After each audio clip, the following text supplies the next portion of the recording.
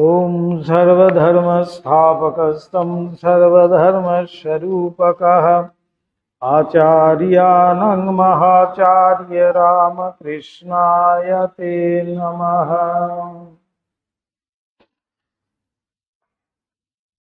আমাদের হচ্ছিল মধুর ভাবের সার তত্ত্ব।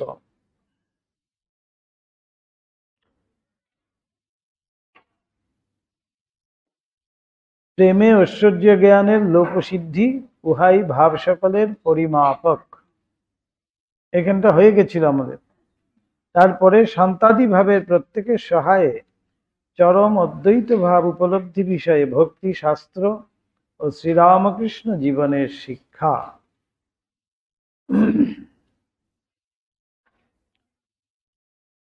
যে কোনো মার্গ দিয়েই আমরা যেই পথই অবলম্বন করি না কেন, চরমে গিয়ে আমাদের সেই অদ্বৈত ভূমিতে পৌঁছতে হবে। এবার আমরা সেটাই দেখব শ্রীরামকৃষ্ণ জীবনে সেটা কিভাবে আমরা পাচ্ছি। ভাবপঞ্চকের প্রত্যেকটি চরম পরিপুষ্টিতে সাধক যে আপনাকে বিস্মৃত হইয়া কেবলমাত্র তাহার প্রেমাস্পদের সুখে সুখী হইয়া থাকে এবং বিরহকালে তাহার চিন্তায় তন্ময় হইয়া সময়ে সময়ে আপনার অস্তিত্ব জ্ঞান পর্যন্ত হারাইয়া বসে, একথা আধ্যাত্মিক ইতিহাস পাঠে অবগত হওয়া যায়। জগৎ ভুল হয়ে যায়। ঠাকুর বলছেন নিজের শরীর যে এত প্রিয় সেইটিও ভুল হয়ে যায়। এই হলো গিয়ে প্রেম তত্ত্ব। বলছেন প্রেমাস্পদের মননে এমন ভাবে তিনি বিস্মৃত হয়ে যান সমস্ত কিছুই যেন।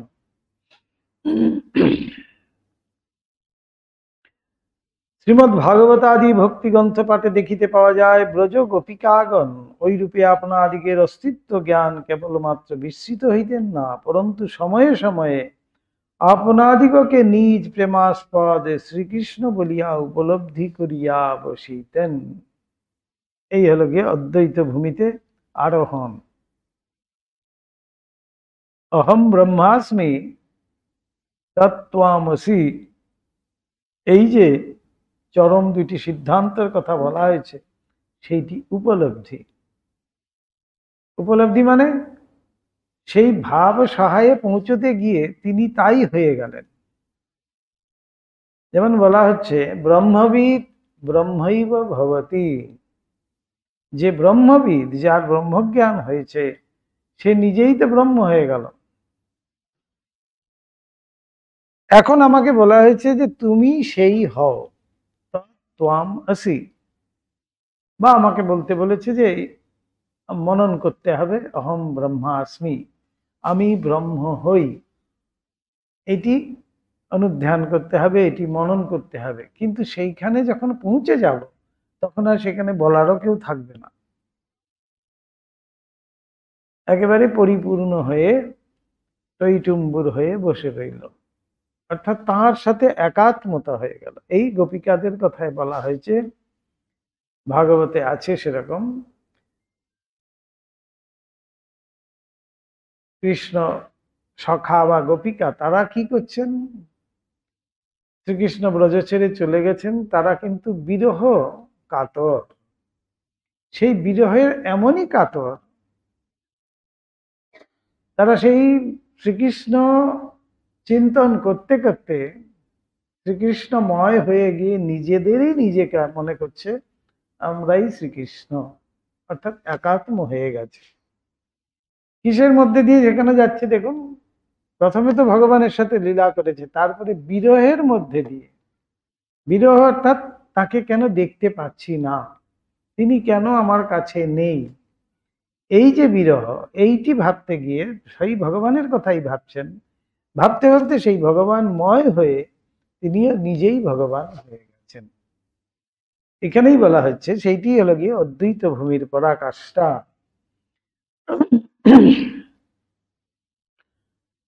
জীবের কল্যাণার্থ শরীর ত্যাগকালে ঈশাকে যে উৎকট দুঃখ ভোগ করিতে হইয়াছিল, তাহার কথা চিন্তা করিতে করিতে তন্ময় হইয়া কোন কোন সাধক সাধিকার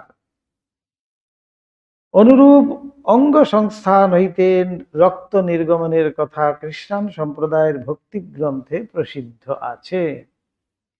ঈশার ক্রুসিফিকশন, ক্রুশে বিদ্ধ করা হয়েছিল তো, এখানে পেরেক লাগানো হয়েছিল, ঈশাকে পায়েতে পেরেক দেওয়া হয়েছে।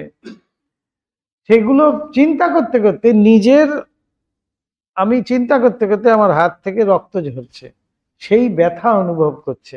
কেন? তিনি তো ঈশা হয়ে গেছেন।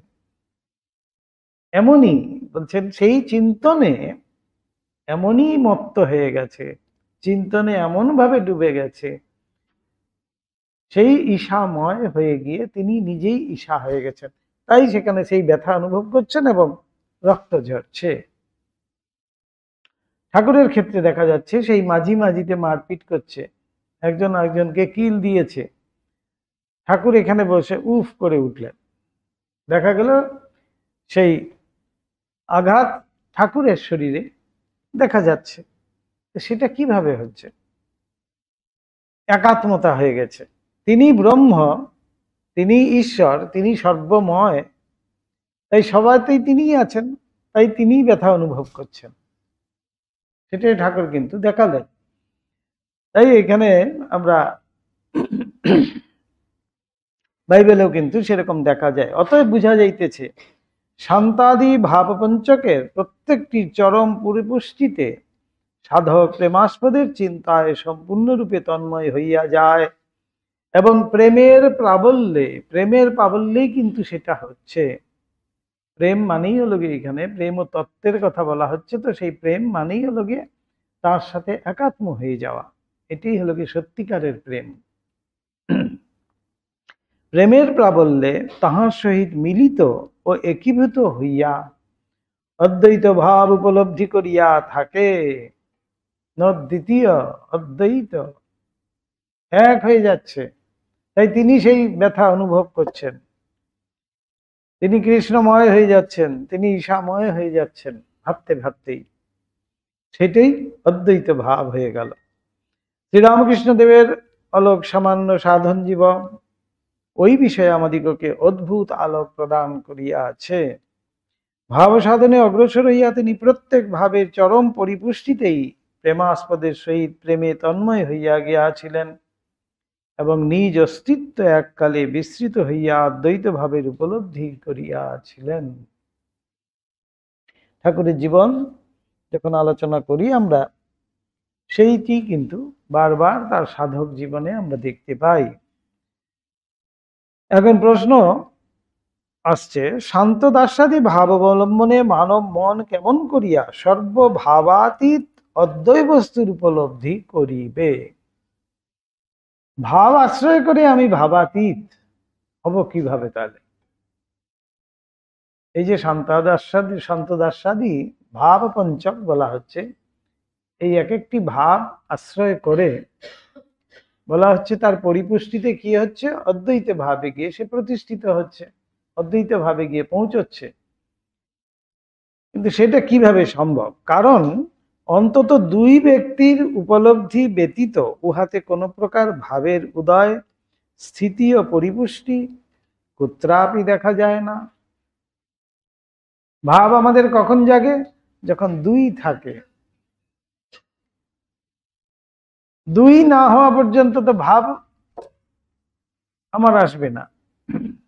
আমার প্রেম কখন উৎপন্ন হবে? দুই যখন থাকছে, তখনই কিন্তু প্রেমের সঞ্চার হচ্ছে। আমি প্রেমে গদগদ হয়ে ভগবানের নামে অশ্রু বিসর্জন করছি, মাটিতে পড়ে গড়াগড়ি দিচ্ছি, সেটা কেন?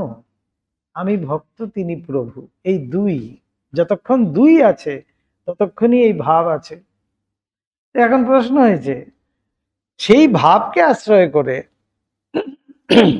অদ্বৈত ভাবে কিভাবে পৌঁছচ্ছে? ভারী সুন্দর প্রশ্ন। এবার বলছেন, উত্তর দিচ্ছেন, কিন্তু কোন ভাব যত পরিপুষ্ট হয় ততই উহা আপন প্রভাব বিস্তার করিয়া সাধক মন হইতে অপর সকল বিরোধী ভাবকে ক্রমে তিরোহিত করে। আবার যখন উহার চরম পরিপুষ্টি হয় তখন সাধকের সমাহিত অন্তঃকরণ ধ্যান কালে পূর্ব পরিদৃষ্ট তুমি আমি, সেব্য সেবক, তুমি আমি, তুমি আমি অর্থাৎ দুইজন, এবং তৎ উভয়ের মধ্যগত দাস্যাদি সম্বন্ধ সময়ে সময়ে বিস্তৃত হইয়া কেবলমাত্র তুমি শব্দ নির্দিষ্ট সেব্য বস্তুতে প্রেমে এক হইয়া অচল ভাবে অবস্থিতি করিতে থাকে। তুমি প্রভু, আমি দাস, তুমি মা, আমি সন্তান, এই ভাব নিয়ে আমি ভাবকে আশ্রয় করলাম, করে আমি কিন্তু সাধন করতে শুরু করেছি। করতে করতে আমি আর থাকছে না, কেবল তুমিই থাকছে। অর্থাৎ তুমি সর্বত্র, তুমিই আছো, আমি এখানে নেই। তার সাথে এমন ভাবে ভাবের অন্য ভাব সমস্ত কিছুকে নষ্ট করে দিয়েছে, তাকে ওইভাবে পূর্ণ করে দিয়েছে। সেই তুমি শুধুমাত্র তাকে ছাড়া আর তিনি কিছুই দেখছেন না। যত্র যত্র নেত্র স্ফুরে তত্র তত্র কৃষ্ণ স্ফুরে। সর্বত্রই কৃষ্ণময় দেখছে। ঠাকুর বলছেন নেবা যখন লাগে সবকিছুই হলুদ দেখায়। কত সোজা সোজা উপমা দিয়ে ঠাকুর বোঝাচ্ছেন। তাই সবকিছু কৃষ্ণময় দেখছে, সবকিছু। তার যে সেবক, এই সেব্য, যাকে আমি এতদিন সেবা করে এসেছিলাম, তাকেই আমি দেখছি শুধু। তাই সর্বত্র তুমি হয়ে যায়, আর সেখানে আমি থাকছে না। এই তুমি হয়ে যাওয়া, সেইটি কিন্তু অদ্বৈত ভাবের পরিপুষ্টি। এখন এই তুমি বলবেটাকে, আমি না থাকলে তো তুমি বলার কেউ থাকছে না। আমি সেখানে কিন্তু নেই হয়ে গেছি, নিশ্চিহ্ন হয়ে গেলাম। তাহলে একমাত্র তিনিই আছে, একম অদ্বিতীয়ম।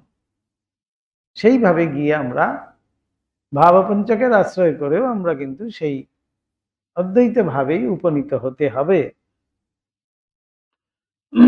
ভারতের বিশিষ্ট আচার্যগণ বলিয়াছেন যে মানব মন কখনোই যুগপৎ তুমি ও আমি ও উভয়ের মধ্যগত ভাব সম্বন্ধ উপলব্ধি করে না। উহা এক্ষণে তুমি শব্দ নির্দিষ্ট বস্তুর এবং পরক্ষণে আমি শব্দাভিধেয় পদার্থের প্রত্যক্ষ করিয়া থাকে, এবং ওই উভয় পদার্থের মধ্যে সর্বত্র দ্রুত পরিভ্রমণ করিবার জন্য উহাদিগের মধ্যে একটা ভাব সম্বন্ধ তাহার বুদ্ধিতে পরিস্ফুট হইয়া ওঠে। মহাবীরজি বলছেন, যখন আমি তুমি প্রভু আমি দাস যখন দেখি, রাম নাম করি, যখন দেখি তুমি আমি আমি তুমি, তখন স্থির হয়ে বসে থাকে। মহাবীরজি বলছেন, তখন মনে হয় যেন উহাদিগকে এবং উহাদিগের মধ্যগত ওই সম্বন্ধকে যুগপৎ প্রত্যক্ষ করিতেছে। পরিপুষ্ট ভাবের প্রভাবে মনের চঞ্চলতা নষ্ট হইয়া যায় এবং উহা ক্রমে পূর্বোক্ত কথা ধরিতে সক্ষম হয়। ধ্যানকালে মন ওইরূপে যত বৃত্তিহীন হয়, ততই সে ক্রমে বুঝিতে পারি যে এক অদ্বয় পদার্থকে দুই দিক হইতে দুই ভাবে দেখিয়া তুমি ও আমি রূপ দুই পদার্থের কল্পনা করিয়া আসিয়াছে। মাঝখানে যেন একটা গ্লাস আছে, এদিক থেকে আমি আমাকে দেখছি, ওদিক থেকে তুমি তোমাকে দেখছি। এই ব্যবধানটা যখন চলে যায়, তুমি আমি আমি তুমি, তাই আমাদের প্রথমেই সিদ্ধান্ত বাক্যে আসছে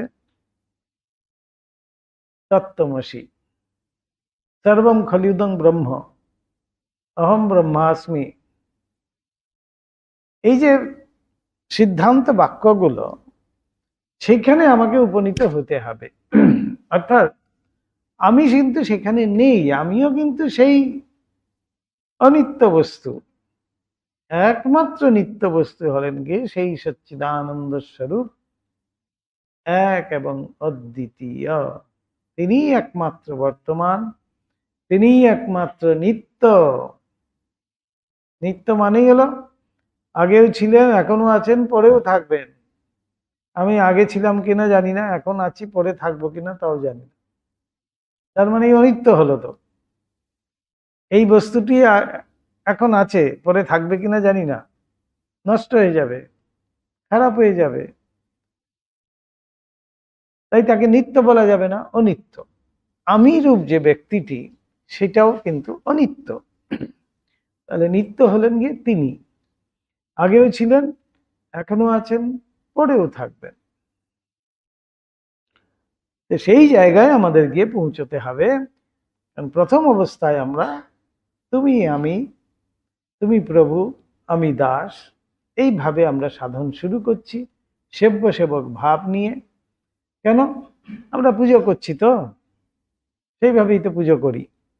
তুমি প্রভু আমি দাস, তুমি মা আমি সন্তান, এইভাবেই আমরা কিন্তু পুজো করছি, প্রথমেই শুরু করছি। আমরা বেশিরভাগই হলো গিয়ে দাস্যভাবেই সাধন করি, ভগবানকে অতটা আপন করতে পারি না, তাই প্রভু আর দাস এইভাবেই কিন্তু আমরা দাস্যভাবেই সাধন করি। তো প্রভুকে কিভাবে খুশি করা যায়, প্রভুকে কিভাবে সেবা করা যায়, সেদিকেই আমি নজর দিই। এই হলো গিয়ে আমাদের সেব্য সেবক ভাব। তিনি সেব্য, আমি সেবক। বিশিষ্টাদ্বৈত আরেকটু অন্যরকম।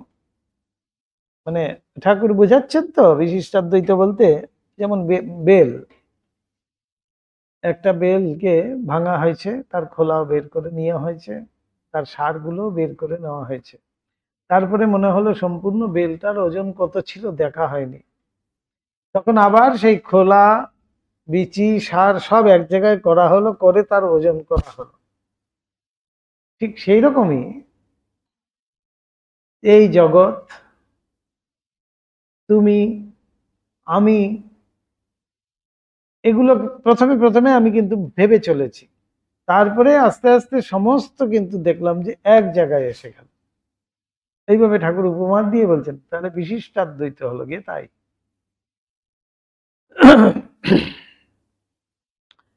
এবার আসছে শান্ত দাসাদি ভাবের প্রত্যেকটি পূর্ণ পরিপুষ্ট হইয়া মানব মনকে পূর্বোক্ত রূপে অদ্বয় বস্তুর উপলব্ধি করাইতে কত সাধকের কত কাল ব্যাপী চেষ্টার যে প্রয়োজন হইয়াছে, তাহা ভাবিলে বিস্মিত হইতে হয়।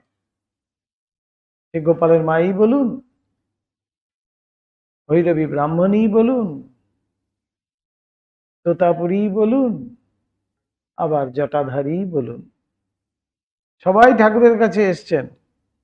তারাও কিন্তু এক একজন মস্ত বড় সাধক সাধিকা সব। সেই সাধনার পরিসমাপ্তিতে পরিপুষ্টি লাভের জন্যই কিন্তু তারা ভগবান সকাশে এসে উপস্থিত দক্ষিণেশ্বরে ঠাকুরের কাছে এসছেন। কিন্তু লীলাচ্ছলে দেখাচ্ছে তারা ঠাকুরকে সাধন করানোর জন্য এসছেন, কিন্তু তারা নিজেরাই একটু হলেও তাদের বাকি ছিল, সেটা এখানে এসে পরিপূর্ণতা লাভ করে তারা আবার ফিরে গেলেন, অর্থাৎ তাদের জীবনের সেই পরিপূর্ণতা লাভ করলেন। সেই জটাধারীর ক্ষেত্রে আমরা দেখছি রামলালা, তিনি ধাতুমূর্তি, সেই রামলালাকে পুজো করছেন, তাকে খুব স্নেহ ভরে তার সাথে আছেন, তাকে রেঁধে বেড়ে খাওয়ান, আবার শাসনও করছেন। কত অভিমান, মান অভিমান করছে, রান্না করে বসে আছেন, রামলালাকে আর খুঁজে পাচ্ছেন না। গিয়ে খুঁজতে খুঁজতে গিয়ে দেখে ঠাকুরের ঘরে রামলালা বসে আছে। তখন সেই রামলালার সাথে তিনি কথা বলছেন, বলছেন তোর ভাবটাই এমন, বাপটাকেও এইভাবেই মারলি তুই, মায়ের কথাও ভাবলি না, বাপের কথাও ভাবলি না, ওইভাবে চলে গেলি। এখন আমি তোর জন্য রেঁধে বেড়ে বসে আছি, আর তুই এখানে এসে বসে আছিস। এইসব সম্পর্ক, এই ভাবপঞ্চক আশ্রয় করেই কিন্তু এই সাধন চলেছিল। তারপরে তিনি দেখলেন যে এই রামলালা আর কেউ নন, যে আমি যাকে খুঁজে বেড়াচ্ছি, এই ধাতু মূর্তিতে আমি যাকে দেখতে পাচ্ছি, তিনি তো আমার অন্তরেই চির বিদ্যমান। এই পূর্ণতা লাভ করলেন। তখনই তিনি শান্ত মনে, আনন্দিত মনে সেই দক্ষিণেশ্বর ত্যাগ করলেন।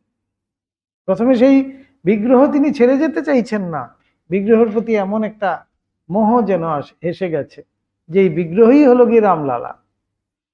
পরবর্তীকালে তিনি বুঝলেন যে এই রামলালা আর কেউ নয়, এটা তো আমার আশ্রয় করার জন্য এই বিগ্রহ মাত্র। তিনি তো আসল বিগ্রহ রূপে, আমার আত্মা রূপে তিনি আমার মধ্যেই বিরাজমান, আমি তাকে আবার কোথায় খুঁজছি? তিনি তো এইখানেই বসে আছেন। তারপরেই ভাবলেন যে ও, তাহলে তো আমি প্রতিদিনই তাকে আর খুঁজতেও হবে না, আমি নিত্য তাঁর দর্শন লাভে ধন্য হব। সেইভাবেই তিনি পরিপূর্ণতা লাভ করে আবার ফিরে গেলেন। গোপালের মায়ের ক্ষেত্রেও আমরা তো তাই দেখছি, সাধন করে যাচ্ছেন, করে করে সেই সাধনের গিয়ে পরিপুষ্টিটা কিরকম হচ্ছে, তিনি দেখছেন যে শ্রীরামকৃষ্ণই হলেন গিয়ে তার পূজিত সেই গোপাল। এগুলো আমাদের বলছেন ধর্ম ইতিহাসে আমরা কিন্তু এগুলো পাই। বলছেন যে এক একটা সাধক, এক একজন সাধক সারা জীবন হয়তো সাধন করে চলেছে, কত কঠোর সাধন করে করে তারপরে গিয়ে সেখানে উপস্থিত হয়, তারা সেই পরিপূর্ণতা লাভ করে। শাস্ত্ররূপ আধ্যাত্মিক ইতিহাস পাঠে বোঝা যায় এক এক যুগে ওই সকল ভাবের এক একটি মানব মনের উপাসনার প্রধান অবলম্বনীয় হইয়াছিল, এবং উহার দ্বারাই ওই যুগের বিশিষ্ট সাধককুল ঈশ্বরের ও তাহাদিগের মধ্যে বিরল কেহ কেহ অখণ্ড অদ্বয় ব্রহ্মবস্তুর উপলব্ধি করিয়াছিলেন। বিভিন্ন সময়ে দেখা গেছে বিভিন্ন ভাবের যেন উৎকর্ষতা, এক এক ভাব, এক এক অবতারে এক একটা ভাব কিন্তু পরিপুষ্ট দেখা গেছে।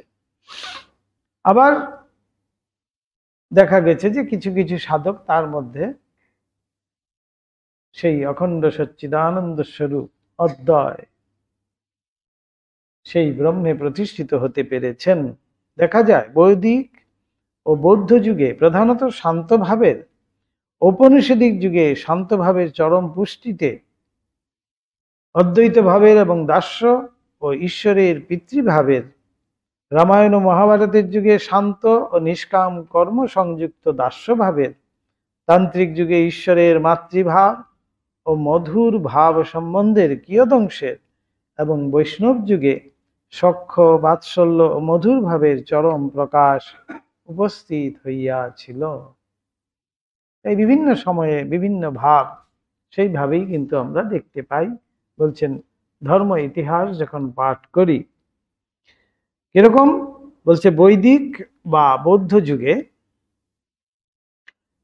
শান্ত ভাবের, ঔপনিষদিক যুগে শান্ত ভাবের চরম পুষ্টিতে অদ্বৈত ভাবের এবং দাস্য ঈশ্বরের পিতৃভাবের, তুমি পিতা আমি পুত্র, আর নাহলে বলছে তুমি প্রভু আমি দাস। এইভাবে রামায়ণ ও মহাভারতের যুগে শান্ত ও নিষ্কাম কর্ম সংযুক্ত দাস্য ভাবের, আর তান্ত্রিক যুগে বলা হচ্ছে ঈশ্বরের মাতৃভাব ও মধুর ভাব সম্বন্ধের কিয়দংশের, এবং বৈষ্ণব যুগে সখ্য বাৎসল্য মধুর ভাব, এই তিনটে মিশ্রিত ভাব চরম প্রকাশ উপস্থিত হইয়াছিল। তার চরম প্রকাশ আমরা দেখতে পাই এক একটি সময় এক একটি। ভারতের আধ্যাত্মিক ইতিহাসে ওইরূপে অদ্বৈত ভাবের সহিত শান্তাদি পঞ্চভাবে পূর্ণ প্রকাশ দেখিতে পাওয়া যাইলেও ভারততর দেশীয় ধর্ম সম্প্রদায় সকলে কেবলমাত্র শান্ত দাস্য ঈশ্বরের পিতৃভাব সম্বন্ধেরই প্রকাশ দেখা যায়। মাতৃভাব বা সখ্য ভাব এগুলো কিন্তু আমরা অন্যান্য ধর্মে বা ভারতের বাইরে কোথাও আমরা দেখতে পাই না, ভারতেই একমাত্র এই সমস্ত ভাবগুলো আমরা দেখতে পাই। ইহুদি, খ্রিস্টান ও মুসলমান ধর্ম সম্প্রদায় সকলে রাজর্ষি সোলেমানের সখ্য ও মধুর ভাবাত্মক গীতাবলী প্রচলিত থাকিলেও উহারা ওই সকলের ভাব গ্রহণে অসমর্থ হইয়া ভিন্নার্থ কল্পনা করিয়া থাকে। ওইসব ভাব গৃহীতই হয়নি বিশেষভাবে, কিছুটা যে ছিল না তা নয়। মুসলমান ধর্মের সুফি সম্প্রদায়ের ভিতর সখ্য মধুর ভাবের অনেকটা প্রচলন থাকিলেও তাই তো শিয়া আর সুন্নি তাদের মধ্যে লড়াই হচ্ছে, অন্য ধর্মাবলম্বী তারা, এই জন্য দুজনের মধ্যে ওদের লড়াই আছে।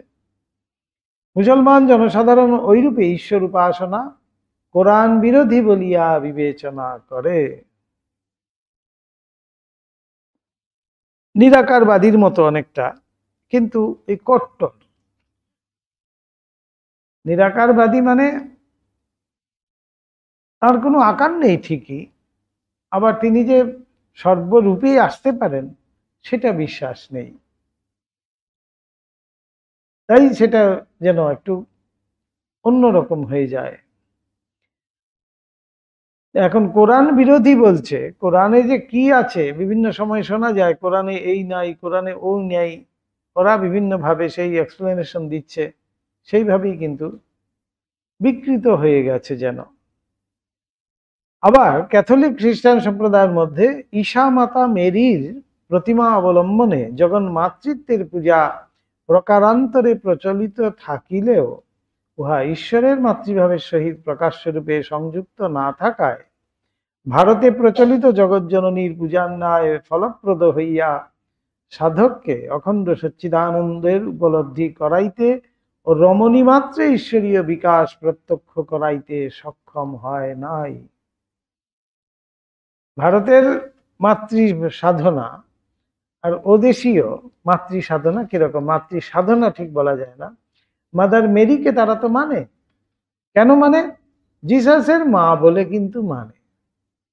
সমস্ত নারীর প্রতিমূর্তি সেই মাদার, সেইভাবে কিন্তু মানছে না। যদি সেইভাবে মানতো তাহলে আমাদের ভারতবর্ষে যেভাবে মাতৃজাতিকে দেখা হয় সেইভাবেই কিন্তু সেই মাতৃজাতিকে যদি দর্শন করতে পারত, সেই মাতৃভাবে আকৃষ্ট হয়ে তারাও কিন্তু সেই অদ্বৈত ব্রহ্মেরই প্রতিষ্ঠিত হতে পারত।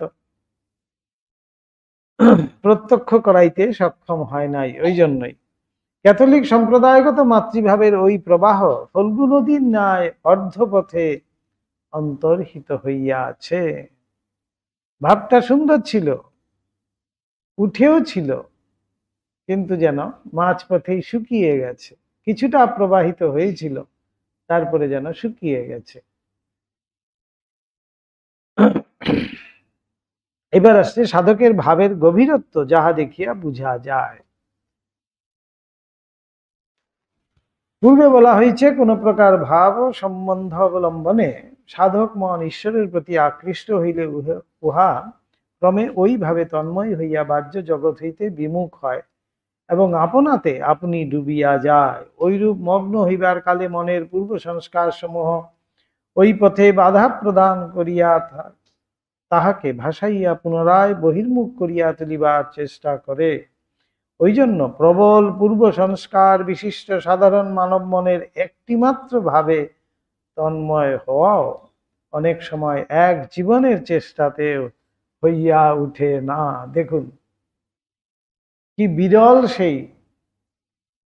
আমি হয়তো চেষ্টা করছি একটি ভাব আশ্রয় করে সাধন করব, কিন্তু বিরুদ্ধ ভাব এসে আমাকে আবার নামিয়ে নিয়ে চলে যেতে চায়, সেখান থেকে বিচ্যুত করে দিতে চায়। তাই বলছে এক জীবনেও হয়তো সেই ভাব সাধন আমাদের সম্ভব নয়। আর পঞ্চ কথা বলা হয়েছে, পঞ্চ ভাবের কথা বলা হয়েছে, তাহলে একটি ভাব শেষ না করে তো আরেকটি ভাবে যেতে পারবো না।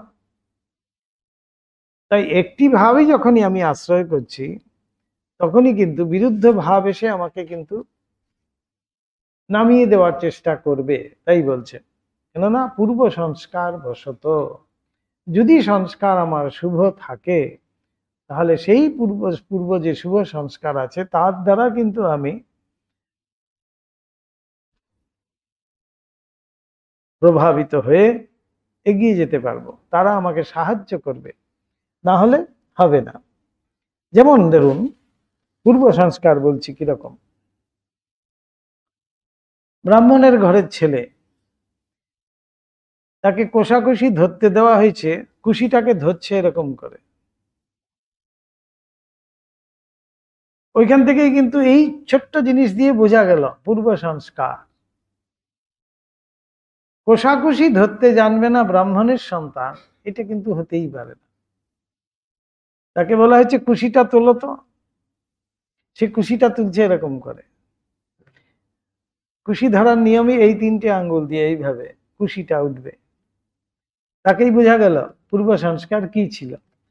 এখন সেই তার পূর্ব সংস্কার তাকে কতখানি সাহায্য করবে সেখান থেকেই বোঝা যায়। আবার অনেকে আছে ব্রাহ্মণ শরীর নয় হয়তো, কিন্তু তার যে সে পুজোর আছে যখন কাজ করছে, পুজোর কাজ বা পুজোর কিছু যখন তাকে দেওয়া হচ্ছে, এত সুন্দর করে করছে, সেটাই কিন্তু বোঝা যাচ্ছে পূর্ব সংস্কার কিছু ছিল, সেই জন্য সে এখানে এসছে আজকে। এগুলোর থেকেই কিন্তু বোঝা যায় পূর্ব সংস্কার।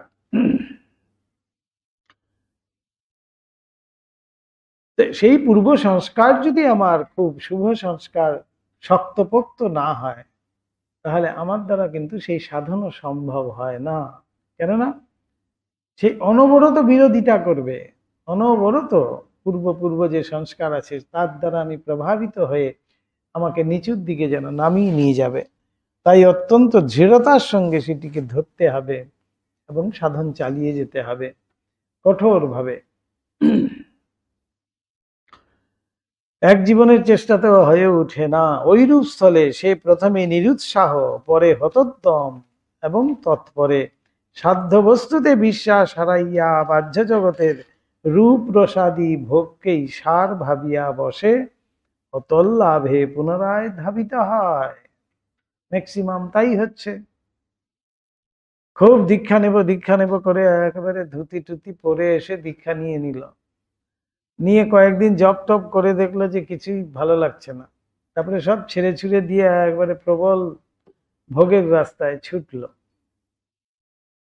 কি হলো? এই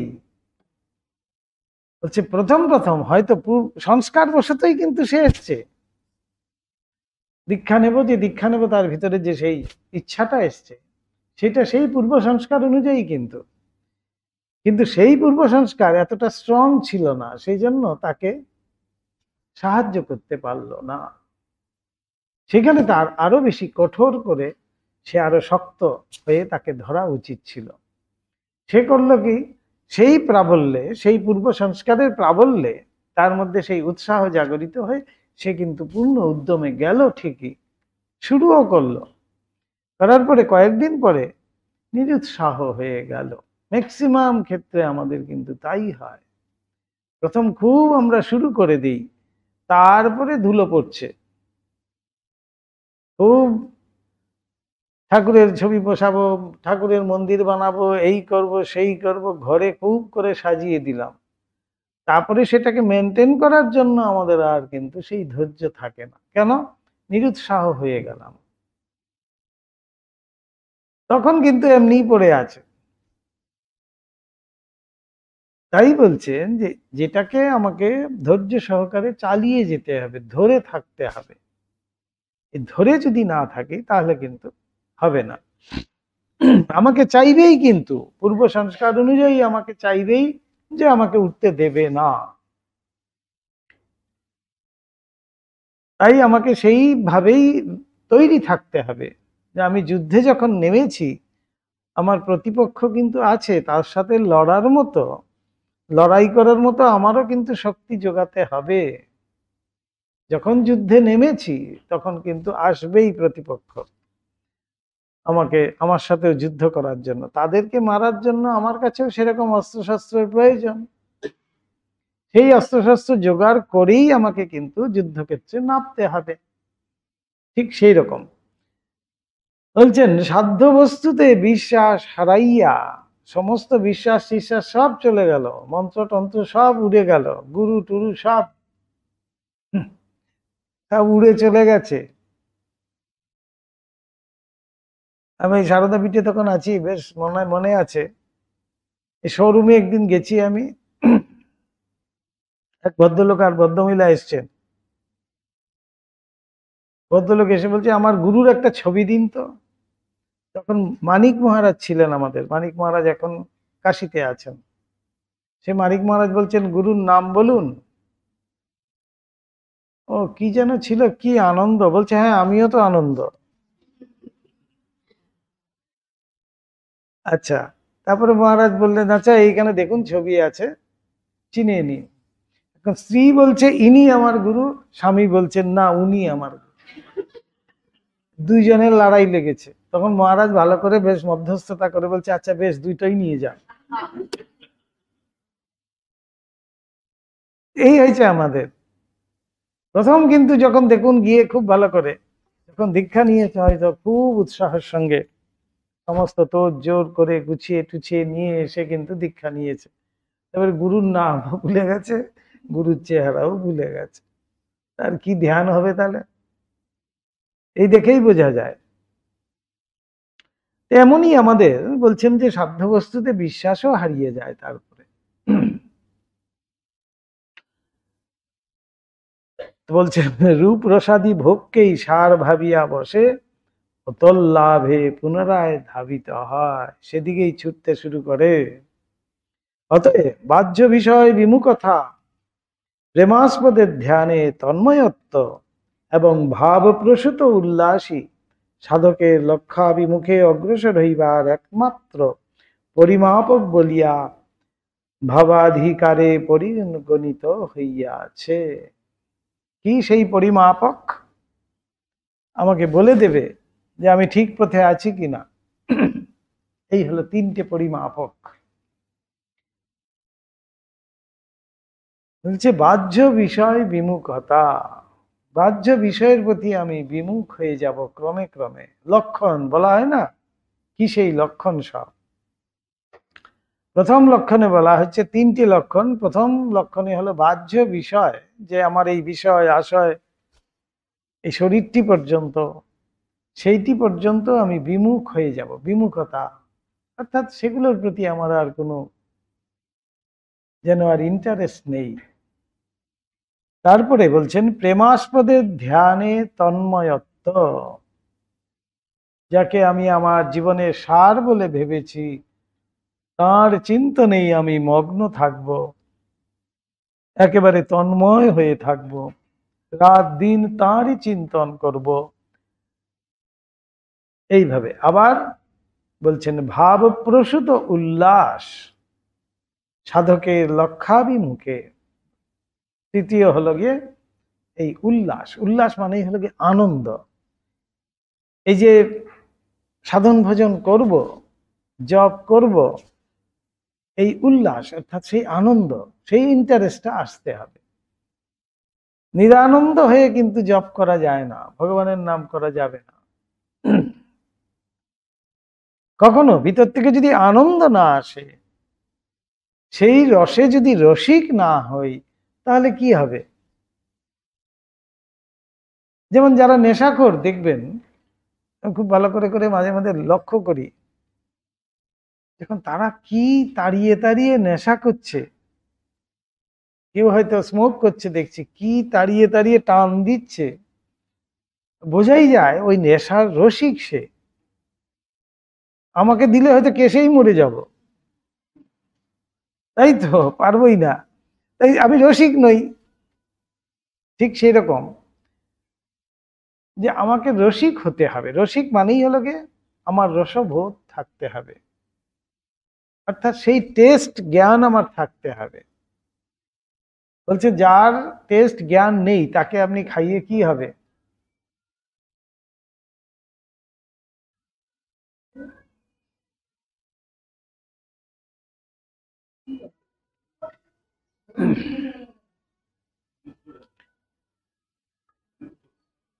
একজন খেতেই জানে না, হয়তো সিদ্ধ ভাতই খায় বরাবর, তাকে খুব সুন্দর করে আমি একটা ফাইন একটা ডিশ বানিয়ে তার কাছে দিয়ে বললাম, খেয়ে বলো তো কেমন হয়েছে। হ্যাঁ ভালোই হয়েছে, সে ঠিক এইভাবেই বলবে। কিন্তু আর যে রসিক, সে কিন্তু বলে দেবে না একটু এই মশলাটা হলে ভালো ছিল, ওই মশলাটা হলে ভালো ছিল, এইটা এরকম দিয়েছো সেই জন্য খুব ভালো হয়েছে। এই জন্যই যে রসিক না হলে হবে না। তাই বলছেন সেই উল্লাস আমাদের বিশেষ প্রয়োজন, অর্থাৎ সেই ইন্টারেস্টটা।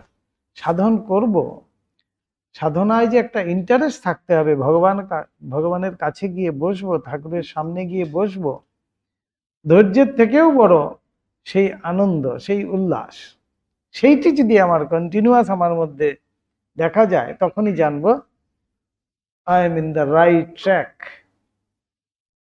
আমি ঠিক ঠিক পথে আছি বলা যেতে পারে।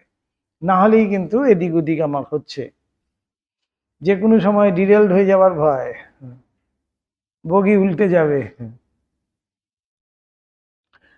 তাই বলছেন কোন এক ভাবে তন্ময়ত্ব লাভে অগ্রসর হইয়া যিনি কখনো অন্তর্নিহিত পূর্ব সংস্কার সমূহের প্রবল বাধা উপলব্ধি করেন নাই, সাধক মনের অন্তঃসংগ্রামের কথা তিনি কিছুমাত্র বুঝিতে পারিবেন না।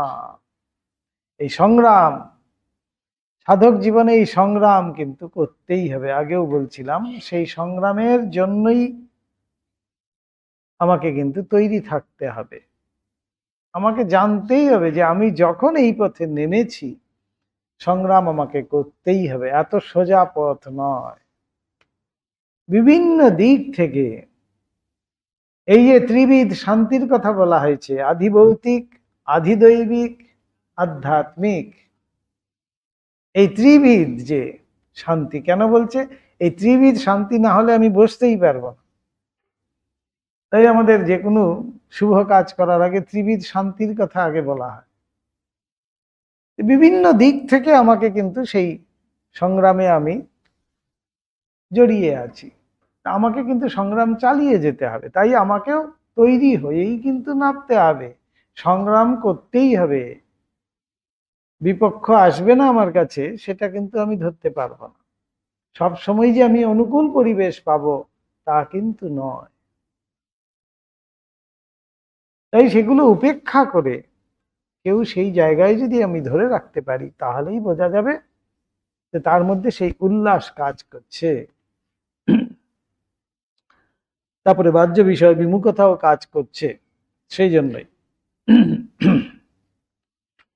যিনি উহা করিয়াছেন তিনি বুঝিবেন কত দুঃখে মানব জীবনে ভাবতন্ময়ত্ব আসিয়া উপস্থিত হয়।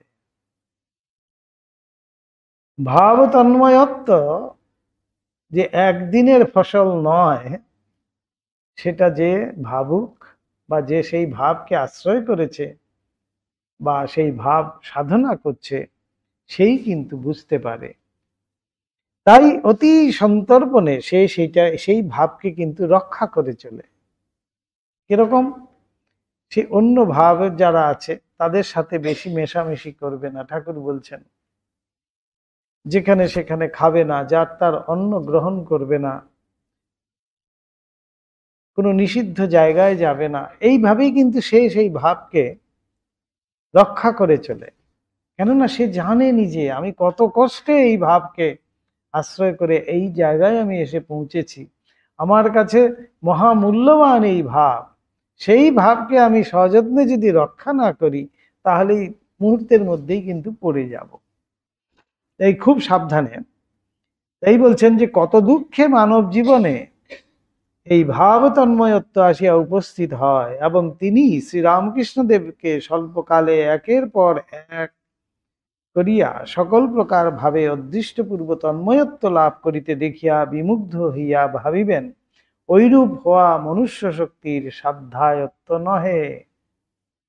সেখান থেকেই বলা হচ্ছে ঠাকুর একের পর এই এক ভাব আশ্রয় করে সেই চরম পরিপুষ্টি লাভ করে সেইখানটায় পৌঁছে তিনি দেখিয়ে দিচ্ছেন।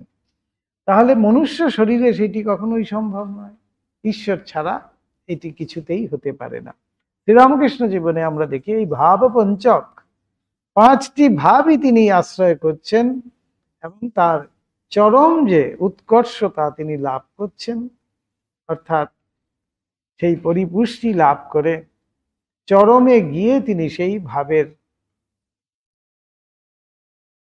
পরিপুষ্টির যোগান, অর্থাৎ সেই অদ্বয় ভাব, অদ্বৈত ভাবেই গিয়ে সেখানে শেষ হচ্ছে।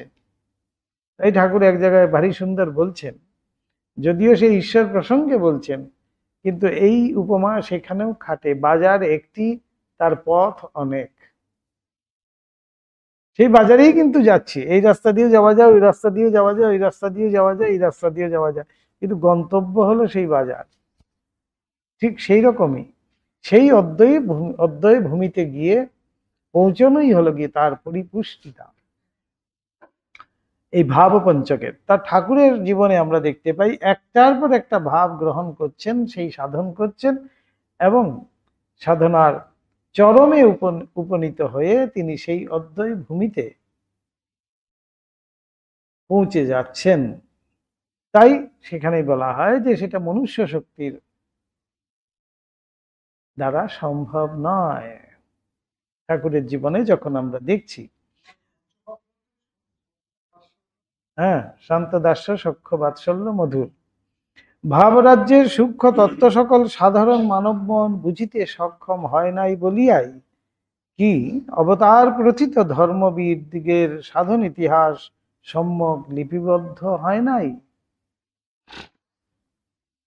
কারণ তৎপাঠে দেখা যায় তাহাদিগের সাধন পথে প্রবেশকালে বিষয় বৈরাগ্য ও তত্ত্যাগের কথা এবং সাধনায় সিদ্ধি লাভের পরে তাহাদিগের ভিতর দিয়া বিষয় বিমুগ্ধ মানব মনের কল্যাণের জন্য যে অদ্ভুত শক্তি প্রকাশিত হইয়াছিল সেই কথারই সবিস্তার আলোচনা বিদ্যমান। দেখা যায় অন্তরের পূর্ব সংস্কার সমূহকে বিধ্বস্ত সমূলে উৎপাটিত করিয়া আপনার উপর সম্যক প্রভুত্ব স্থাপনের জন্য তাহারা সাধনকালে যে অপূর্ব অন্তঃসংগ্রামে নিযুক্ত হইয়াছিলেন তাহার আভাস মাত্রই কেবল উহাতে আলোচিত হইয়াছে। বলছেন ঠাকুরের জীবনে আমরা এই প্রথম যেন দেখতে পাচ্ছি এই জীবন আলোচনার মাধ্যমেই যে একেবারে ঠাকুরের বিস্তারিত এই সাধন জীবন সেটা আমরা কিন্তু লিখিত অবস্থায় দেখতে পাচ্ছি এই প্রথম যেন। তার আগে পর্যন্ত কোনো অবতারের বা কোনো সাধকের এমন যেন জীবন আমরা কোনোদিন দেখতে পাইনি, সেই জন্য আমাদের যেন ধারণাও ছিল না সেইভাবে। অথবা রূপক এবং অতিরঞ্জিত বাক্য সহায়ে ওই সংগ্রামের কথা এমনভাবে প্রকাশ করা হইয়াছে যে তদ্বিবরণের মধ্য হইতে সত্য বাহির করিয়া লওয়া আমাদিগের পক্ষে এখন সুকঠিন হইয়াছে। আগে আগে আমরা পুরাণ কাহিনীতে কি পাই, সব জায়গায় যেন এই অতিরঞ্জিত অলৌকিক, এই এলেন এই বসলেন এই দর্শন হয়ে গেল না। ঠাকুর নিজের জীবনে দেখালেন যে বসলেই হবে না, কঠোর সাধন করতে হবে, এইভাবে সাধন করলে তখন তার দর্শন লাভ সম্ভব। অতিরঞ্জিত কিছু নেই, অলৌকিক কিছু নেই। আমরা ঠাকুরের জীবন যখন আলোচনা করছি তখনই দেখতে পাচ্ছি এখানে অলৌকিকত্ব কিন্তু কিছু নেই। যখন ঠাকুর নিজে সাধন করে দেখাচ্ছেন তখন আমরা বুঝতে পারছি এটা সাধারণ মানুষের দ্বারা সম্ভব নয়। যদি ঈশ্বর না হন তাহলে সম্ভব নয়। যেমন আগে পড়লাম, একটি ভাবকে আশ্রয় করেই হয়তো একটি জন্ম কেটে গেল, কি কয়েক জন্ম কেটে গেল। ঠাকুর সেখানে 5টি ভাব আশ্রয় করে 5টি সাধন করে দেখিয়ে দিলেন, তার পরিপুষ্টিতা পর্যন্ত লাভ করে তিনি দেখিয়ে দিলেন। তাই তখনই আমরা বলছি যে এটা সাধারণ মানুষের দ্বারা অসম্ভব। এইভাবেই কিন্তু ঠাকুর একবারে যুক্তি দিয়ে তার জীবন দিয়ে আমাদেরকে বুঝিয়ে দিচ্ছেন। তাই সেখানে অতিরঞ্জিত বা পুরাণে যখন আমরা পাই, পুরাণে দেখবেন অনেক রকমের গল্প আছে। পুরাণ একেবারে কিন্তু বলা তো আমাদের উচিত নয়, কিন্তু পুরাণে সবই কিন্তু ওই অতিরঞ্জিতই। এই চলে এলো, এই হয়ে গেল, এই বসে পড়লো, এই এসে গেল, এই 10 হাত দেখা গেল, এই 2 হাত দেখা গেল, এই 4 হাত দেখা গেল, ইত্যাদি ইত্যাদি আমরা কিন্তু পুরাণের মধ্যেই পাই। এগুলো সবই কিন্তু অতিরঞ্জিত। তার আগে পর্যন্ত দেখুন ঠাকুরের আগে আগে যে অবতাররা ছিল তাদের সম্বন্ধেও আমরা কিন্তু সেইভাবেই পাচ্ছি। একমাত্র শ্রী রামকৃষ্ণ অবতারে আমরা দেখতে পাচ্ছি যে একেবারে যুক্তি দিয়ে ঠাকুর তাই নিজে সাধন করে প্রতিটি স্টেপ আমাদেরকে দেখিয়ে ক্লিয়ার করে একদম চোখের সামনে সেই সত্য উদ্ঘাটিত করে, যাতে কেউ কখনো অবিশ্বাস করতে না পারে যে দেখো এই হলো জীবন। একবার তুমি জীবন আলোচনা করে দেখো। তারপরে তুমি বুঝতে পারবে।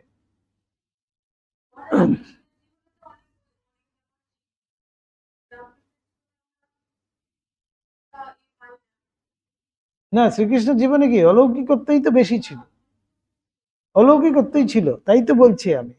একমাত্র শ্রীরামকৃষ্ণ জীবনে, আমরা মহাপ্রভুর জীবনে পর্যন্ত অনেক অলৌকিকত্ব আছে, বৈষ্ণব গ্রন্থগুলোতে আমরা পাই। হ্যাঁ, না না, অলৌকিকত্ব এটা বলছি না, মানে আমরা বিশ্বাস করব না কেন? ঠাকুরকে দেখেই বিশ্বাস করব, ঠাকুরকে দেখে অন্যান্য অবতারদেরও বিশ্বাস করব। তারা সেইভাবে আমরা আলোচিত হয়নি বলেই আমরা পাইনি, লেখা লেখা হয়নি বলেই পাইনি। ঠাকুরের জীবনে প্রথম এই অবতারের সম্বন্ধে যিনি দেখেছেন, যিনি শুনেছেন, এই যে লীলা প্রসঙ্গকার, তিনি নিজে লিপিবদ্ধ করছেন ঠাকুরের থেকে শুনে। না, ওই তো পুরাণ বলছি, ওইভাবে পুরাণ লেখা হয়েছে। তা বলে তারা যে ছিলেন না বা তারা করেননি সেটা বলা হচ্ছে না, কিন্তু সবাই করেছেন। কিন্তু সেখানে আমরা বলছি যে বেশিরভাগই অতিরঞ্জিত করে দেখানো হয়েছে, কেননা বিভিন্ন সময়ে বিভিন্ন লেখক, বিভিন্ন কবি সেইভাবেই কিন্তু তার ভাব যেরকম হয়েছে সেইভাবেই কিন্তু প্রকাশ করেছে। কিন্তু ঠাকুরের ক্ষেত্রে ঠাকুরকে যে সেভাবে কিন্তু কেউ প্রকাশ করতে পারবে না, কেননা লীলা প্রসঙ্গ হলো গিয়ে আমাদের অথেন্টিক একেবারে দিয়ে দিয়েছেন, সেই অনুযায়ী যদি না হয় ঠাকুরের জীবন আমরা কেউ প্রকাশ করতে পারবে না অন্যভাবে। তাই ঠাকুরের জীবনে কোনো অতিরঞ্জিত নেই, কোনো অলৌকিকত্ব নেই। কোথাও দেখবেন না ঠাকুরের জীবনে, মায়ের জীবনে, স্বামীজির জীবনে কোনো অলৌকিকত্ব স্থান পেয়েছে বলে। তার মানে কি তারা ঈশ্বর ছিলেন না? তাদের মধ্যে অলৌকিক শক্তি ছিল না? অবশ্যই ছিল। কিন্তু আধুনিক যুগের জন্য মানুষ যেটা বিশেষভাবে চায়, যুক্তি। আমাদের এখনের অবস্থা কিরকম? চোখে না দেখলে, কানে না শুনলে আমি বিশ্বাস করব না, ও তুমি বলে দিলে আমি বিশ্বাস করব, হবে না। তাই ঠাকুরকে যখন আমরা দেখছি, ঠাকুরকে নিয়ে যখন আলোচনা করছি, তখন আমাদের মধ্যে সেই বিশ্বাস আসছে যে হ্যাঁ, অবতাররা এরকম হয়, অবতাররা এইভাবেই কঠোর সাধন করেন, বহুজন হিতায় বহুজন সুখায়, জগৎ কল্যাণার্থে তারা কিন্তু সাধন করে নিজে দেখিয়ে দিয়ে যান। সবই ঘটনা সত্য, কিন্তু এই অলৌকিকত্বগুলো বাদ দিয়ে দেখতে হবে। তিনি মানুষ রূপে যখন এসেছেন পুরো মানুষের মতোই কিন্তু ব্যবহার করেছেন, কিন্তু সেগুলোকে আমরা কি করেছি, তার দেবত্বকে বেশি প্রকাশ করে তার ঐশ্বর্যটাকে বেশি আমরা দেখাতে চাইছি। তো ঠাকুরের ক্ষেত্রে দেখুন, মানুষ হিসাবেই শ্রীরামকৃষ্ণ, মানুষ হিসাবেই তাকে কিন্তু আমরা বেশি দেখতে পাচ্ছি। একজন মানুষ এরকম ভাবে যে করতে পারে, তাই ঠাকুর মানুষ হয়ে এসে তিনি দেখালেন যে এইভাবে সাধন করো। কিন্তু সাধনার ক্ষেত্রে বলছেন এখানে লীলা প্রসঙ্গকার, সাধনার ক্ষেত্রে যখন দেখছি যে এক একটি ভাব আশ্রয় করে তিনি কয়েকদিনের মাত্রই সেই চরম অবস্থা প্রাপ্ত হচ্ছেন, তখন আমরা বুঝতে পারছি এটি সাধারণ মানবের দ্বারা সম্ভব নয়। তখন কিন্তু আমাদের মধ্যে সেই বিশ্বাস আসছে ইনি আর কেউ নন, সেই ঈশ্বর। এইভাবে যুক্তি দিয়ে বোঝানো হচ্ছে আধুনিক যুগের জন্য।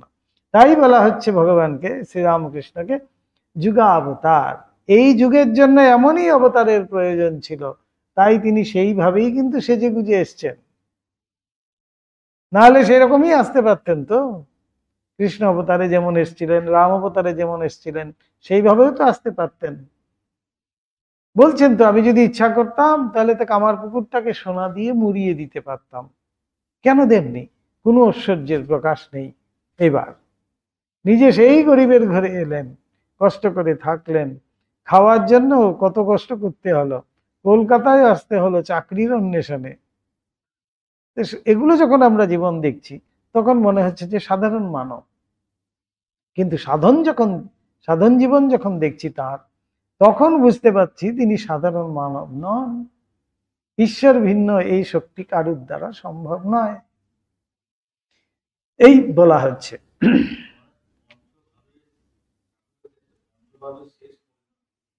অদ্বৈত, অদ্বৈত ভাবে না ওঠা পর্যন্ত অদ্বৈতে উপনীত না হওয়া পর্যন্ত সেই ভাবের পরিসমাপ্তি হলো না, পরিপুষ্ট হলো না। অবশ্যই এই যে ভক্ত বলছে না তুমি প্রভু আমি দাস বলে তো ভক্ত শুরু করলো, তারপরে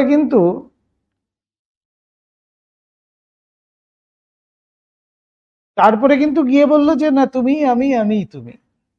ওই যে বলছেন তুমি, প্রথমে তুমি আমি থাকে, তারপরে শুধু তুমিতে চলে যায়, তারপরে কি হয় কি কি হয় কেউ জানে না, কেননা তুমি বলার মতো কেউ থাকছে না। না না, হ্যাঁ, এই জন্মে কিছুই হলো না, হয়তো একটু কখনো শুনে টুনা গেছিল, শুনে টুনে রেখেছে, ওইটাও কিন্তু সংস্কার হয়ে থাকবে, পরজন্মে ওইটার থেকে একটু হলেও তার কাজ করবে, হেল্প করবে তাকে। এইভাবেই আমরা এগোই।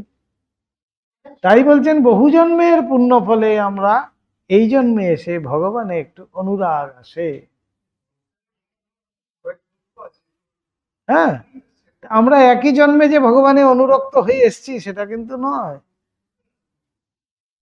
কবে যে আমাদের কত জন্ম পার করে চলে এসেছি সেইগুলো এইটুকুন করে সংস্কার এক জায়গায় হয়ে প্রারব্ধ নিয়ে আমরা জন্মেছি, তাই এবার এসে একটু যেন ভগবানের প্রতি আমাদের অনুরাগ এসছে।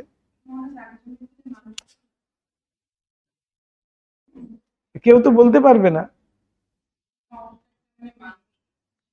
হ্যাঁ, না, প্রত্যেক প্রাণীরই সংস্কার হতে পারে, সবারই হবে।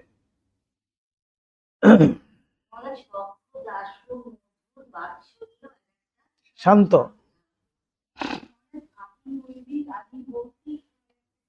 আধ্যাত্মিক।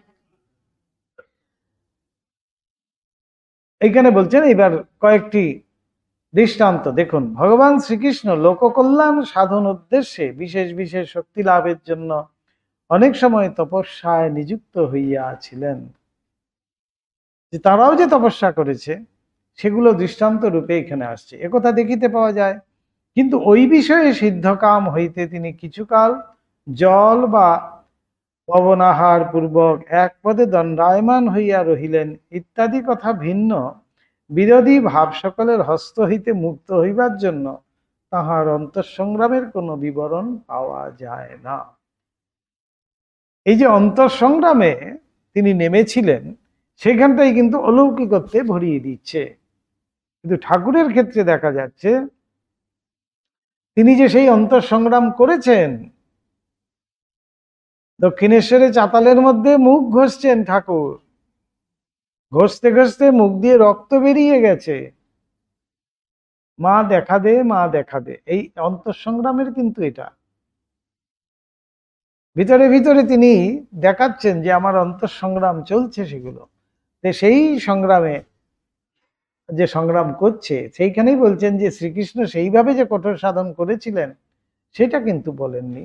সেখানে বলা হচ্ছে যে অন্তঃসংগ্রামের কথা কিন্তু সেখানে কিছুই বলছে না, সেখানে সোজাসুজি সেই অলৌকিকত্বে তারা পৌঁছে যাচ্ছেন। ভগবান বুদ্ধের সংসার বৈরাগ্য উপস্থিত হইয়া অভিনিমষ নিষ্ক্রমণ ও পরে ধর্মচক্র প্রবর্তনের যতদূর বিশদ ইতিহাস পাওয়া যায় তাহার সাধন ইতিহাস ততদূর পাওয়া যায় না। সাধনায় তিনি কি করেছিলেন, তার মানসিক অবস্থা কেমন হয়েছিল, সেই সময় তিনি কি করেছিলেন, এত বিস্তারিত এই যে ঠাকুরের আমরা যেমন পাচ্ছি, বুদ্ধের ক্ষেত্রে কি পাই, শ্রীরামচন্দ্রের ক্ষেত্রে কি আমরা পাই, শ্রীকৃষ্ণের ক্ষেত্রে কি আমরা পাই? খুব সামান্য। কিন্তু ঠাকুরের ক্ষেত্রে বিস্তারিত ভাবে আমরা পাচ্ছি তার মানসিক অবস্থা কেমন হয়েছিল, শারীরিক অবস্থা কেমন হয়েছিল, পারিপার্শ্বিক অবস্থা কেমন হয়েছিল, সমস্ত কিন্তু আমরা লিখিত অবস্থাতে কিন্তু পাচ্ছি। তাই বুদ্ধের ক্ষেত্রেও বলা হচ্ছে তার তিনি নিষ্ক্রমণ হয়েছিলেন, সন্ন্যাসী হয়েছিলেন, ভিক্ষু হয়েছিলেন ইত্যাদি ইতিহাস হয়তো আমরা পাই বিশেষভাবে, কিন্তু তার সাধন ইতিহাস কিন্তু পাই না সেরকম ভাবে। তবে অন্যান্য ধর্মবীরগণের ভাব ইতিহাসের যেমন কিছুই পাওয়া যায় না, তাহার সম্বন্ধে তদ্রূপ না হইয়া ওই বিষয়ের অল্প অল্প কিছু পাওয়া গিয়া থাকে। দেখা যায় সিদ্ধি লাভে দৃঢ় সংকল্প হইয়া আহার সংযম পূর্বক তিনি দীর্ঘ 6 বৎসর কাল একাসনে ধ্যান তপস্যায় নিযুক্ত ছিলেন এবং অন্তঃপবন নিরোধ পূর্বক আসফানক নামক ধ্যানাভ্যাসে সমাধিস্থ হইয়াছিলেন। কিন্তু চিত্তের পূর্ব সংস্কার সমূহ বিনষ্ট করিতে তাহার মানসিক সংগ্রামের কথা লিপিবদ্ধ করিবার কালে গ্রন্থকার স্থূল বাহ্য ঘটনার ন্যায় মারের সহিত তাহার সংগ্রাম কাহিনীর অবতারণা করিয়াছেন। সেই বহির সংগ্রাম যে সেইখানেই বেশি কিন্তু আমরা পাই, শ্রীকৃষ্ণের ক্ষেত্রেও তাই, আবার শ্রীরামচন্দ্রের ক্ষেত্রেও পাই। রাবণ বধ থেকে শুরু করে, শ্রীকৃষ্ণের ক্ষেত্রে কংসবধ থেকে শুরু করে, বুদ্ধের ক্ষেত্রেও এই মারকে বধ করা নিয়ে থেকে শুরু করে। অর্থাৎ অন্তর সংগ্রামের কথা বিশেষ কিন্তু জানতে পাই না, বহির সংগ্রামের কথা কিন্তু আমরা সব জানতে পারছি। শ্রীকৃষ্ণ অবতারে কত শত্রুকে তিনি নাশ করলেন, সেগুলো তো সব আমরা পাইতো, কিন্তু সেইভাবে সাধন ইতিহাস তো তাদের পাই না। তারা কিভাবে সাধন করেছিলেন খুব অল্প, এই বুদ্ধের ক্ষেত্রে বলছে খুব অল্প একটু পাই অন্যান্যদের তুলনায়। ঠাকুর কেন করেছিলেন তপস্যা?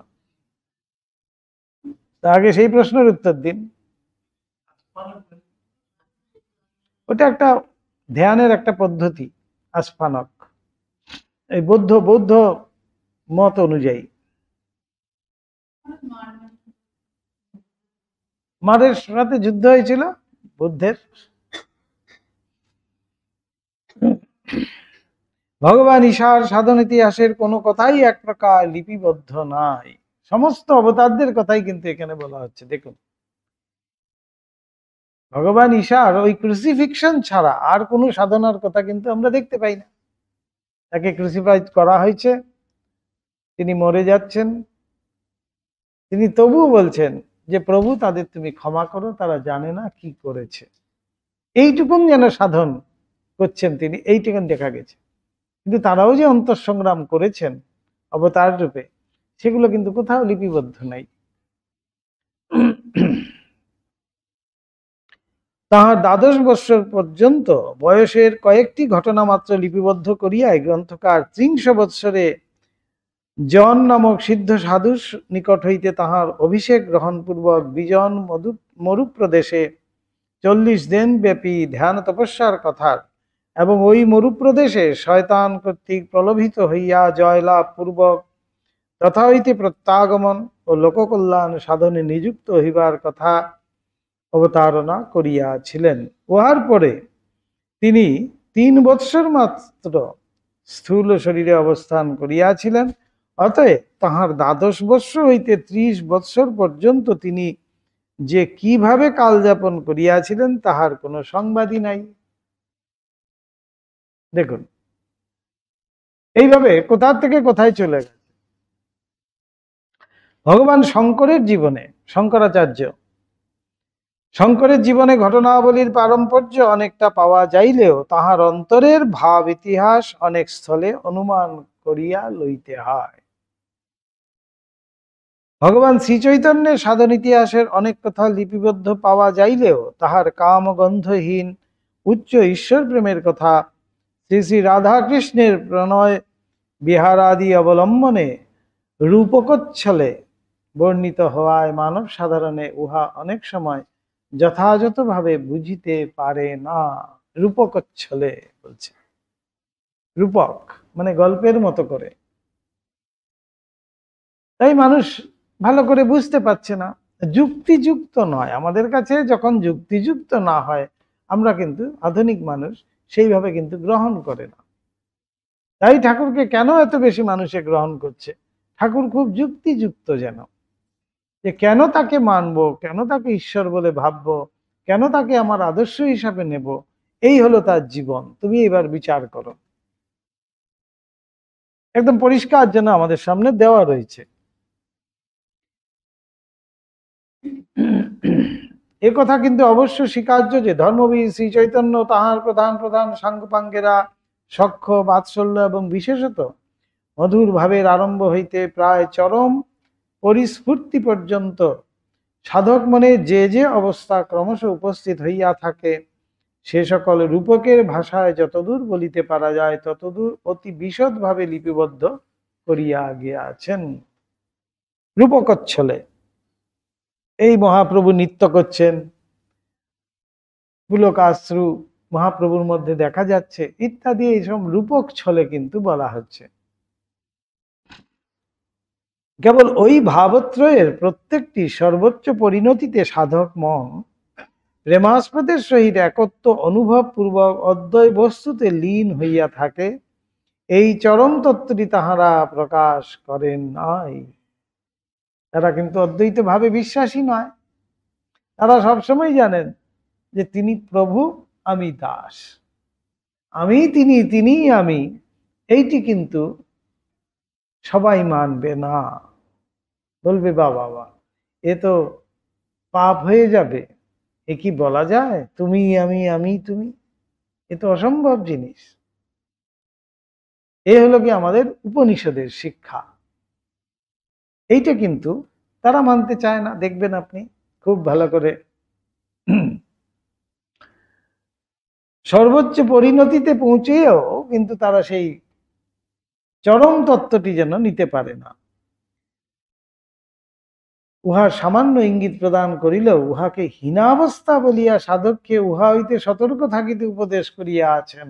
দেখুন, ঠিক অপোজিট। আমাদের উপনিষদ বলছেন, ঠাকুর বলছেন যে ওই অবস্থা প্রাপ্ত না হওয়া পর্যন্ত সকলই মিথ্যা, এবং ওই অবস্থাটাই এখানে ওরা বলছে হীনা অবস্থা। তাই সেই অবস্থার থেকে সবসময় দূরে থাকবে। চিনি খেতে ভালোবাসি, চিনি হতে চাই না, তাই চিনি হতে যেও না। চিনি খাও, বেশ ভালো না, সেটা বললে হবে না। আমি এসছি কিন্তু এটার জন্য, এই মনুষ্য শরীর ধারণই করেছি, আমি সেই অদ্বয় অনুভূতিতে পৌঁছতে হবে আমাকে, না হলে কিন্তু সেই ঘুরতে হবে অনবরত। যতদিন আমি পৌঁছতে না পারেছি ততদিন আমাকে কিন্তু ঘুরতে হবে। তাই এখানে ওইটাকে পুরো পরিষ্কার উল্টো করে বলে দিচ্ছে, ওই অবস্থা হলো কি হীনাবস্থা, সেখান থেকে সাবধান থাকবে।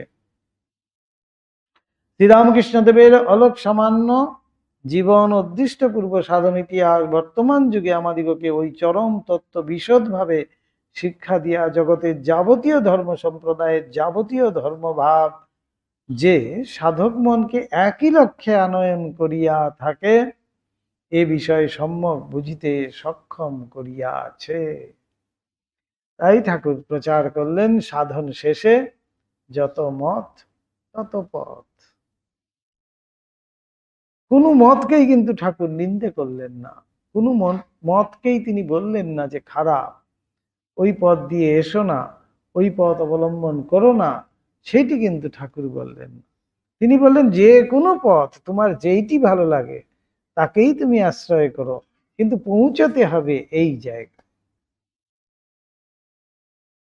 এত সুন্দর বলছেন, যাবতীয় ধর্ম সম্প্রদায়ের যাবতীয় ধর্মভাব সব একই লক্ষ্যে পৌঁছবে, এটা পরিষ্কার বলে দিলেন। সমস্ত চেষ্টা, সমস্ত পথ দিয়ে গিয়ে সেই একই জায়গায় পৌঁছতে হবে। বলবে যে না আমি ওই পথ দিয়ে যাব না, বেশ তুমি অন্য পথ দিয়ে এসো, কিন্তু তোমাকে পৌঁছতে হবে ওইখানে। তাই ঠাকুর বলছেন আমাদেরকে, তাই এইবার প্রথম যেন আমাদেরকে একজন অবতার এসে বলে গেলেন, যত মত তত পথ। তাহার জীবন হইতে শিক্ষিতব্য অন্য সকল কথা গণনায় না আনিলেও তাহার কৃপায় কেবলমাত্র পূর্বোক্ত বিষয়ে জ্ঞাত হইয়া আমাদিগের আধ্যাত্মিক দৃষ্টি যে প্রসারতা ও সমন্বয় আভাস প্রাপ্ত হইয়াছে, তজ্জন্য আমরা তাহার নিকটে চিরকালের জন্য নিঃসংশয়ে ঋণী হইয়াছি। যেন আমাদের মধ্যে সেই উদারতা যেন এনে দিয়েছেন, আমাদের মধ্যে সেই সমন্বয় ভাব এনে দিয়েছেন, সেই জন্য যেন আমরা তার কাছে যেন চিরকালের জন্য ঋণী হয়ে গেলাম। এই বলছেন কোনো মতই খারাপ নয়, কোনো মতই ত্যায্য নয়, সব মতই গ্রাহ্য, সব নেওয়া যাবে, যে কোনো পথ দিয়েই তুমি আসতে পারো, কিন্তু তোমাকে পৌঁছতে হবে সেই একই লক্ষ্যে, সেই অদ্বয় ভূমিতে। পূর্বে বলা হয়েছে মধুর ভাবী শ্রী চৈতন্য প্রমুখ বৈষ্ণব আচার্যগণের আধ্যাত্মিক জগতে প্রধান দান। তাঁরা পথ প্রদর্শন না করিলে কখনোই উহা ঈশ্বর লাভের জন্য এত লোকের অবলম্বনীয় হইয়া তাহাদিগকে শান্তি ও বিমলানন্দের অধিকারী করিত না। ভগবান শ্রীকৃষ্ণের জীবনে বৃন্দাবন লীলা যে নিরর্থক অনুষ্ঠিত হয় নাই, একথা তাহারাই প্রথমে বুঝিয়া অপরকে বুঝাইতে প্রয়াসী হইয়াছিলেন। ভগবান শ্রীকৃষ্ণ চৈতন্যের অভ্যুদয় না হইলে শ্রী বৃন্দাবন সামান্য বনমাত্র বলিয়া পরিগণিত হইত। তাই মহাপ্রভুর অবদানের কথা এখানে বলা হচ্ছে।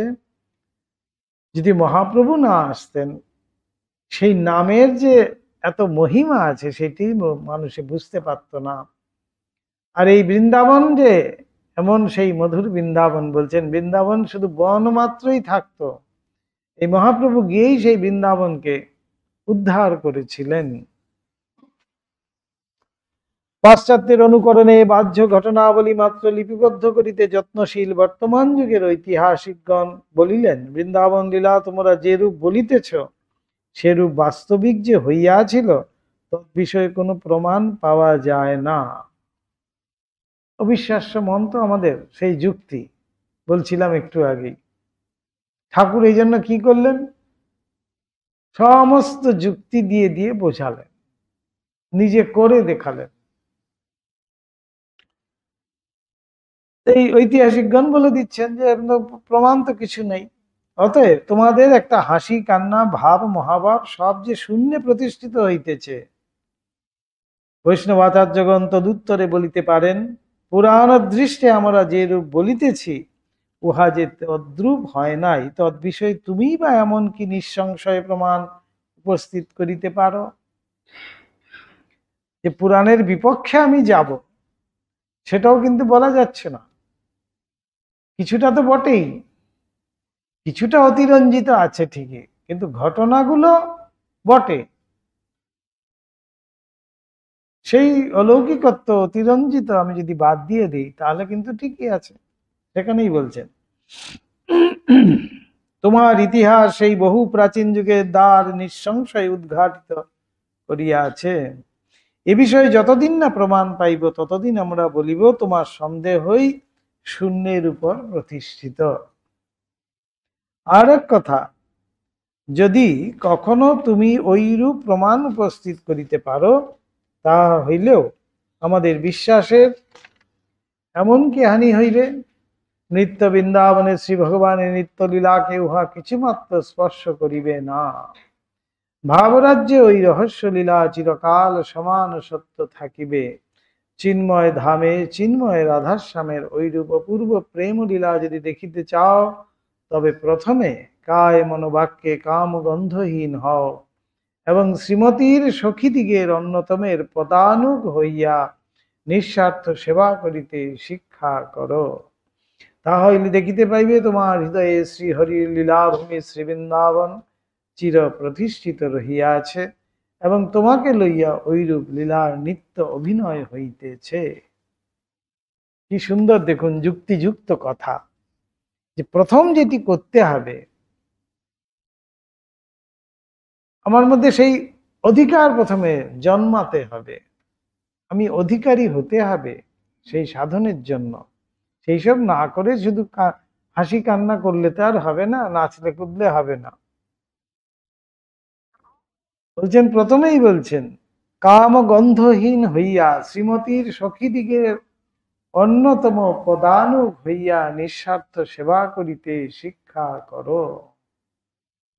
এই যে অপূর্ব ভাব, এইটি তো আমরা নিতে চাই না, এইটা নেই না, অন্য সবকিছু নিয়ে ওই হই হই করছি।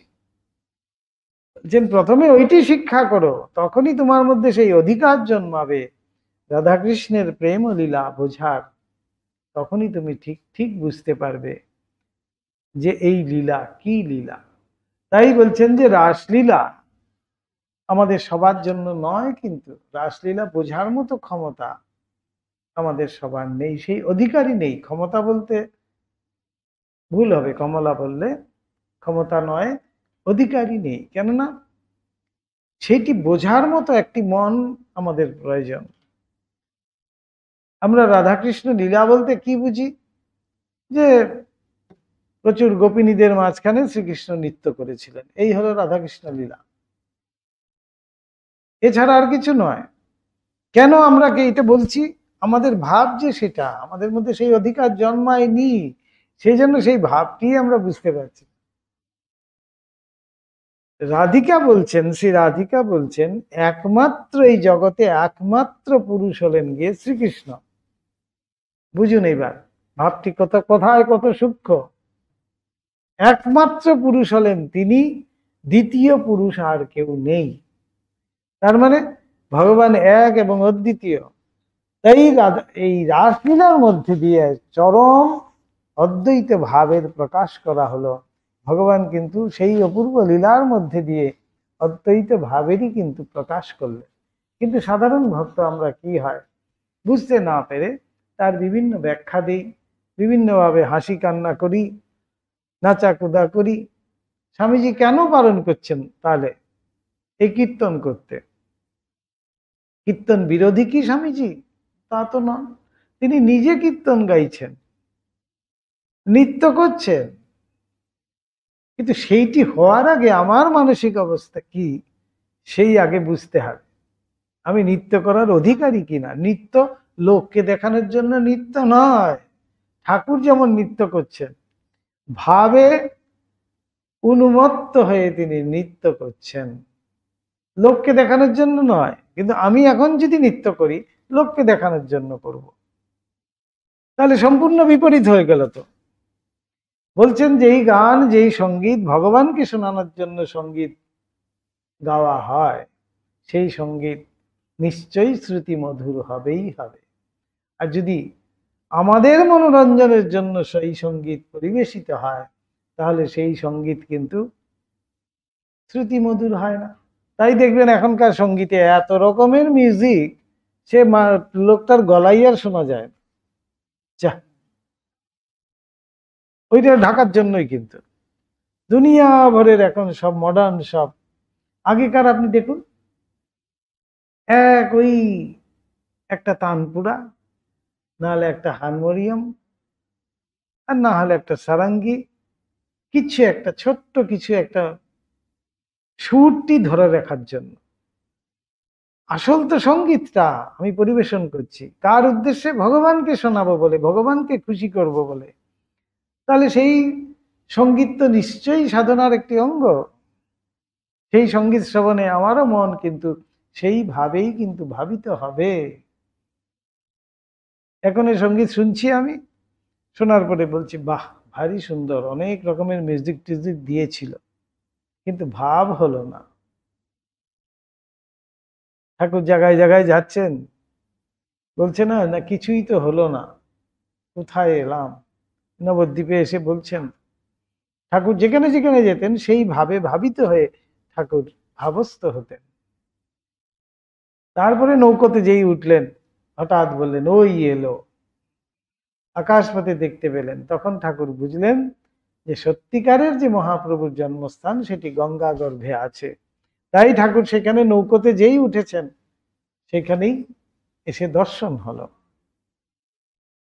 এমন সব আমাদের আছে ঠাকুরের জীবন। তাই বলছেন যে আমরা যখন পাচ্ছি, দেখছি, এত সুন্দর যুক্তি দিয়ে সমস্ত বুঝিয়ে দেওয়া হয়েছে যে কারোর অবিশ্বাসের কোনো প্রশ্নই থাকে না। কোনো সেখানে আমার কোনো যে প্রশ্ন আসবে সেখানে প্রশ্নই নয়, একেবারে পরিষ্কার তো দিয়ে দিয়েছে। দেখে নাও, মিলিয়ে নাও, এবার তুমি বোঝো, তোমার বুদ্ধি দিয়ে তুমি বোঝো, বিচার করো। আর তো কিছু নয়, এখানে অতিরঞ্জিত কোনো ব্যাপারই নেই। কোনো বেশি কিছু লিখে দিচ্ছেন তা কিন্তু নয়।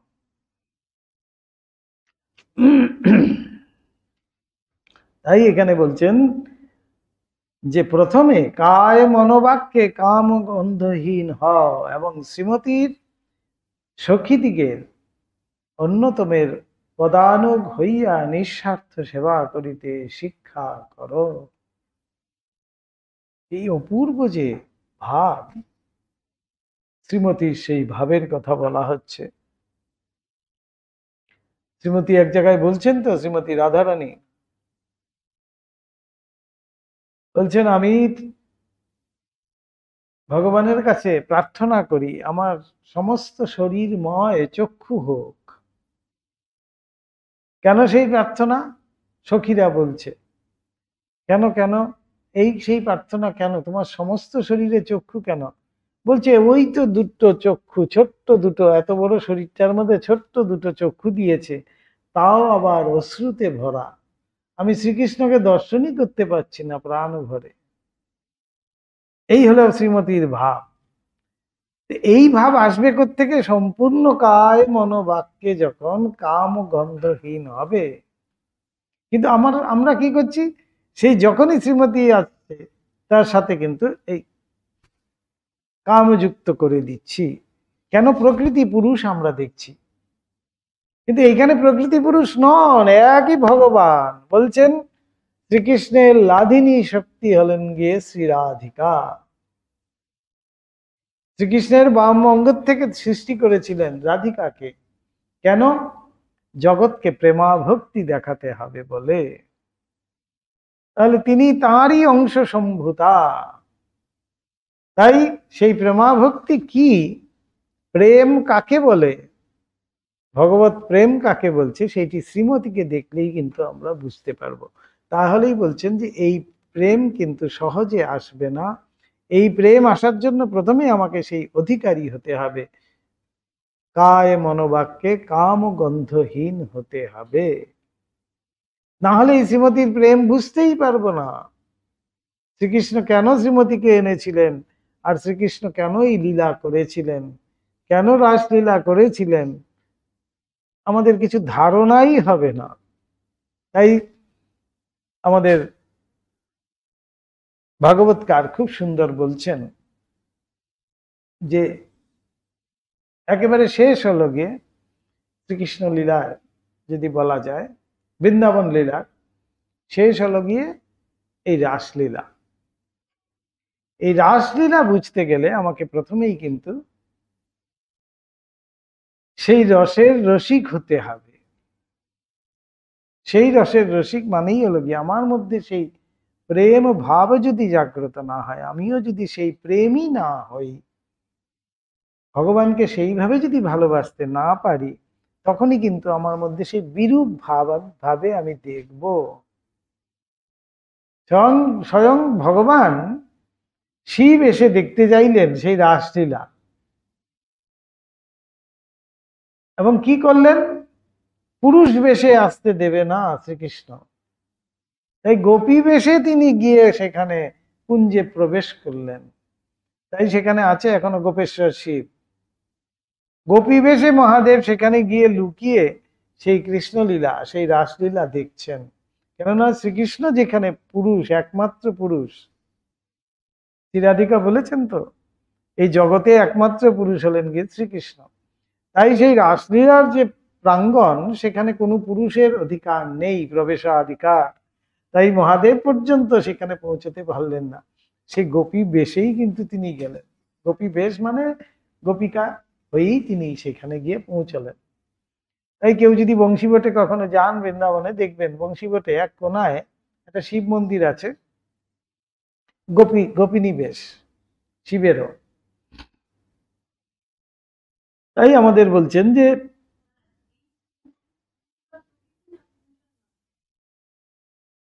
এই পুরুষ একমাত্রই পুরুষ, তিনিই অদ্বয়, দ্বিতীয় এখানে কেউ নেই।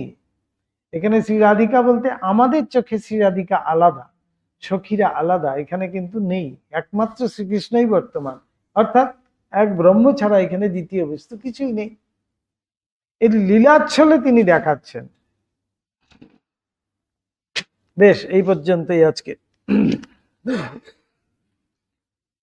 ॐ निरञ्जनं नित्यम् अनन्तरूपं भक्तानुकम्पाधितविग्रहं वै ईशावतारं परमेशमित्यं तं रामकृष्णं शिरसा नमामः। ॐ शान्ति शान्ति शान्तिः। हरिः ॐ तत्सत्। श्रीरामकृष्णार्पणमस्तु।